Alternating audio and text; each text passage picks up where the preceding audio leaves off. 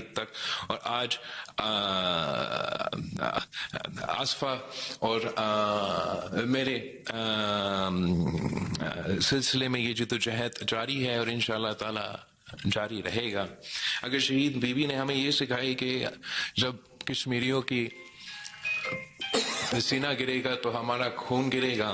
تو ویسے ہی کہ اگر ہمارے کشمیر کے مائیں بہنیں کے آنسو بہیں گے تو ویسے ہی ہمارے خون کے آنسو بہیں گے. اگر ہمارے کشمیریوں کے خلاف کوئی غلط زبان استعمال کریں گے، بولیں گے، تو ہمارا ہمارا دل ٹوٹ جائے گا. اگر ہمارے پاکستان کے خلاف، پاکستان کے فوج کے خلاف، ہمارے ان سپاہیوں کے خلاف کوئی بات کرے گا کشمیر کے اندر سے یا پاکستان میں سے، کوئی کارکن ہو، کوئی عام آدمی ہو، کوئی سیاستدان ہو، تو ہمیں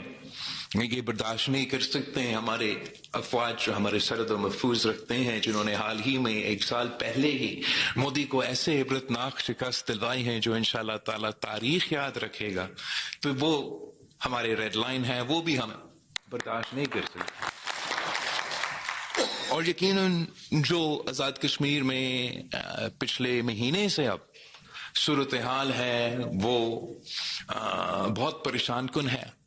ہر کشمیری پریشان ہے اور ہر پاکستانی پریشان ہے. کوئی یہ حالات نہ دیکھنا چاہتے تھے، اور جتنا بھی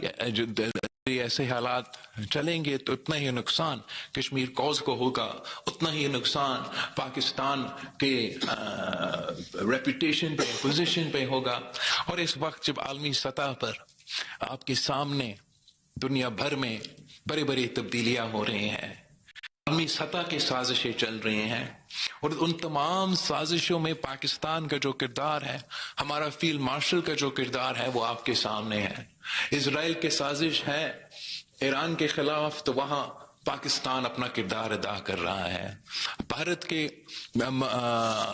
حملہ کو جواب دینا ہے تو پاکستان اس حملہ کا جواب دے رہا ہے. چاہے وہ بھارت اپنے ہوائی جہاز بھیجے تو ساتھ کے ساتھ ہوائی جہاز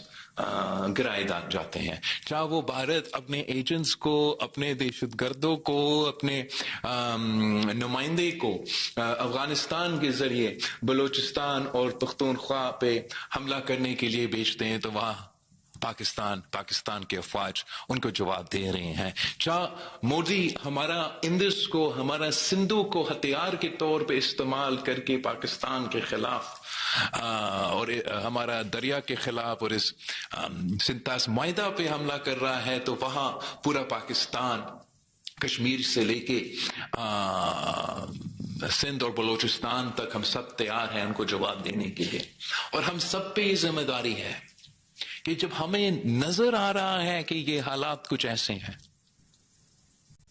جب سب کو پتا ہے کہ ایران میں یہ جنگ شروع ہونے سے پہلے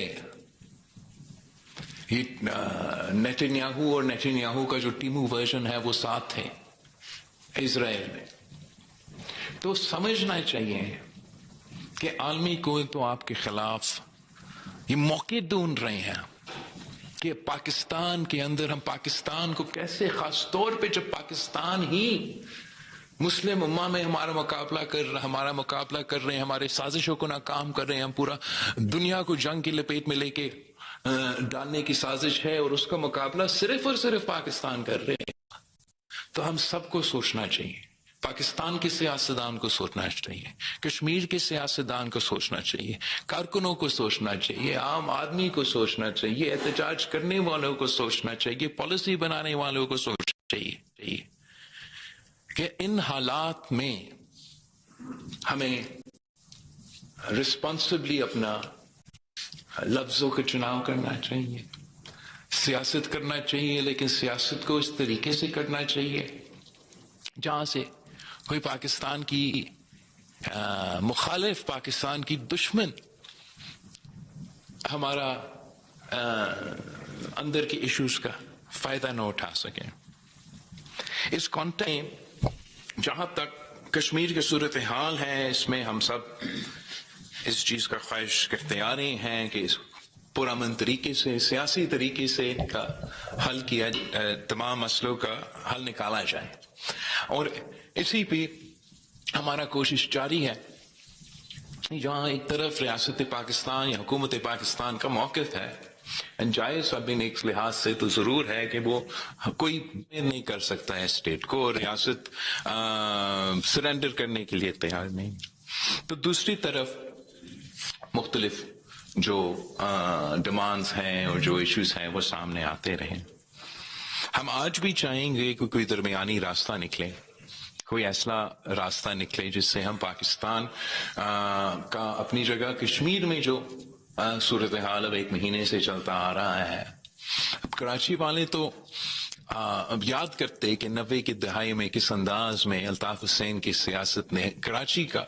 عوام کا جینا حرام کر دیا تھا، تو میں کبھی نہیں چاہوں گا کہ اس قسم کی سیاست کو فروغ دیا جائے، اس قسم کی سیاست کو سپیس دیا جائے اس کشمیر میں جو آزاد کشمیر کہا جاتا ہے۔ اس کانٹیکس میں اپنے طرف سے پاکستان پیپلز پارٹی کی طرف سے ہمارا ایک پرسپیکٹو ہے، اینڈ اس پہ میں تھوڑا آپ سے بات بھی کرنا چاہوں گا، آپ کو بھی بتانا چاہوں گا، اینڈ دیٹ از دیٹ ہم سمجھتے ہیں کہ جو میں اب انگریزی میں بولوں گا، اس لیے لکھا ہوں میں نے انگریزی میں، تو the continuing loss of life in Azad Jammu and Kashmir, including the deaths reported yesterday, is a national tragedy. I extend my deepest condolences to every bereaved family and pray for the recovery of all those injured. Every Kashmiri life is precious. The death of a peaceful citizen cannot be treated as an acceptable consequence of political disagreement, just as the life of every police and security official must also be protected. The people of Azad Jammu and Kashmir have an unquestionable right to raise their political, economic, and constitutional grievances, but peacefully. Peaceful citizens must not engage in violence. Peaceful protesters must not engage in violence or hate speech. And peaceful citizens must also not be indiscriminately branded as terrorists, anti-Pakistan, or agents of any foreign power, merely for demanding their rights. At the same time, any specific allegation of violence, whether against a protester or a member of law enforcement, must be investigated individually, impartially, and according to the law. The present confrontation cannot be resolved through force or inflammatory accusations,